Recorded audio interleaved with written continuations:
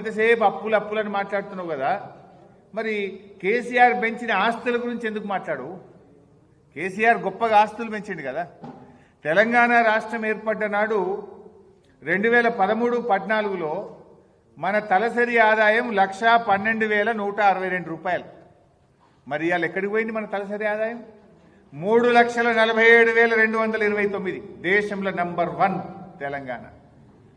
ఈ దేశంలో 28 రాష్ట్రాల్లో తలసరి ఆదాయంలో అగ్రభాగాన తెలంగాణను నిలబెట్టిన కేసీఆర్ గురించో ఆ తలసరి ఆదాయం గురించి నీకెందుకో నోరు రాదు.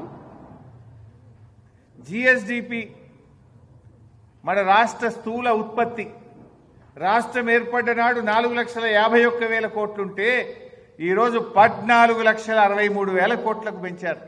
160% పెరిగింది. దీని గురించి రేవంత్ రెడ్డి నోట్లకెళ్ళి ఎందుకో రాదు. ఇది రాష్ట్ర సంపద పెరిగింది, రాష్ట్రంలో పౌరుల సంపద పెరిగింది, తలసరి ఆదాయం పెరిగింది, ఆస్తుల కల్పన జరిగింది, దేశ జీడిపికి 5.1% మనము కాంట్రిబ్యూట్ చేస్తూ ఉన్నాం. ఇలాంటి మంచి మాటలు రేవంత్ రెడ్డి నోట రావు. అన్ని అబద్ధాలు, గోబల్స్. ఉన్నది 426, మొన్న అసెంబ్లీలో చెప్పింది 685. ఇవాళ తెలంగాణ ప్రజాపాలన దినోత్సవంలో 7 లక్షల చిల్లర చెప్పిండు ముఖ్యమంత్రిగా. వెంచనే ఉన్నాడు. కానీ అసెంబ్లీలో 685 అన్నాడు, ఇవాళ ప్రజాపాలనలో 7 అంటున్నాడు. అసలు 10 ఏళ్ల బీఆర్ఎస్ పాలనలో జరిగిన అప్పు 4,26,000 మాత్రమే. ఇది రాష్ట్ర ప్రభుత్వం చెల్లించాల్సిన అప్పు, రాష్ట్ర ప్రభుత్వం కట్టాల్సింది, రాష్ట్ర ప్రభుత్వం గ్యారంటీగా తీసుకున్నది. రాష్ట్ర ప్రభుత్వం కడుతున్నటువంటి అప్పు 4,26,000 మాత్రమే. ఈ 4,26లో కరోనాలో కేంద్రం చెప్తే చేసిన 27,000 కోట్లుంది. డిస్కాంల అప్పు రాష్ట్ర ప్రభుత్వం తీసుకున్న 9,000 కోట్లుంది.